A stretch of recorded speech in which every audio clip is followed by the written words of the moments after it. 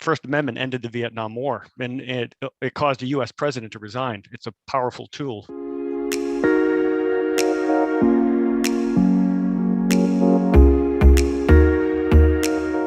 Welcome back to another episode of the First Amendment Museum's one-on-one series. Today I'm joined by our special guest, Steve Greenlee. Steve, go ahead and tell us about yourself. Oh, thanks for having me on. It's a pleasure to be here. I am the executive editor of the Portland Press-Herald and Maine Sunday Telegram. I've been at the paper for almost 10 years now, but it's actually the second time I've worked here. I was a reporter and an editor here for most of the 90s, and I left. I went to the Boston Globe, and I worked at the Globe for about 12 years, but missed living in Maine, and I love this paper, so I came back. Why do you think the First Amendment is important? What are its goals and purpose? It allows us to express ourselves freely without fear of government intrusion. It's the reason we can speak our minds, publish a book on any topic we want, create music or art with any message we like without worrying about being carted off to jail because somebody in power doesn't like it. The First Amendment allows us to question and criticize the people who run our towns and our federal government and to ask them to do things differently. And it allows us to gather in groups and start movements in the hopes of effecting change.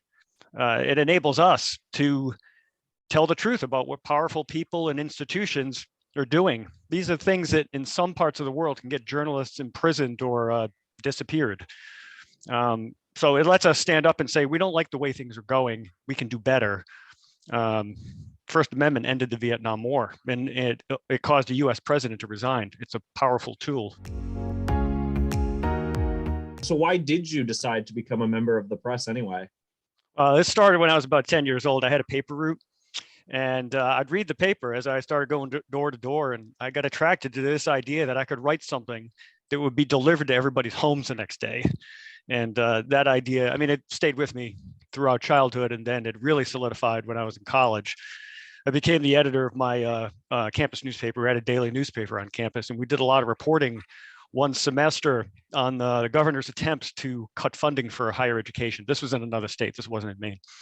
And we were relentless in our coverage, which led to demonstrations against the governor and a lot of debate at the state level. And ultimately, I believe our reporting had a significant effect, not only on the higher education budget, but also on the governor's race that year. And it was just a rush. I felt like, holy cow, the impact you can have simply by telling people what's going on. And it's the same thing that drives me today, seeing or hearing about something that doesn't seem right and thinking people ought to know about that. Because if they don't know anything, they don't know about it, they can't do anything about it. As a member of the press now, what are some unique challenges that you face that other people might not be aware of? It's a constant battle to get information out of government agencies. Information that is usually by law public record. The problem is that too many government officials, bureaucrats, see themselves as the owners of the information rather than the custodians of it. And you and I own that information. And even judges sometimes don't understand what's public and whatnot. We had a situation a few years ago where a reporter was covering a trial in which a lawyer was the defendant. And in the middle of the trial, the judge ordered the press not to report on the testimony of some witnesses. The reporter came back to the newsroom and said, what do we do about this? And I said, we're going to defy the judge's order and publish what was said. So I called our attorney and he agreed this is an unconstitutional order. Go ahead and publish. In the United States, trials are conducted in public. It was a shock to me that this judge had made this order. Do you think press freedom is under attack in the US today? Absolutely. Social media and hyper-partisan media are ruining civil discourse and undermining democracy.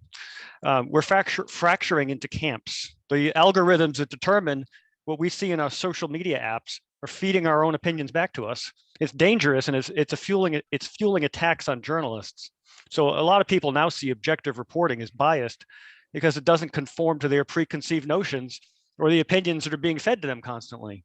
So in other words, if it conflicts with my beliefs or my perspectives, it must be false. Beyond your work, how do you utilize the First Amendment in your everyday life? Yeah, that's a good question. Lots of ways. I can borrow any book that I want from the library without worrying about who's going to find out.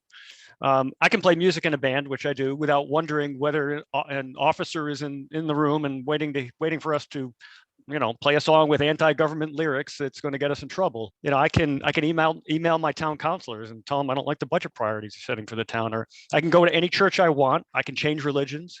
I can attend no church at all. I can belong to a Buddhist meditation group, and I've done all these things, by the way, at different times in my life. But more than anything else, I can just speak my mind without worrying about who's listening. Well, Steve, thanks for joining us. Do you have any last thing you'd like to share? A free press is vital to our democracy, and we can only do what we do with the support of people who subscribe to us. So subscribe to a local newspaper if you can.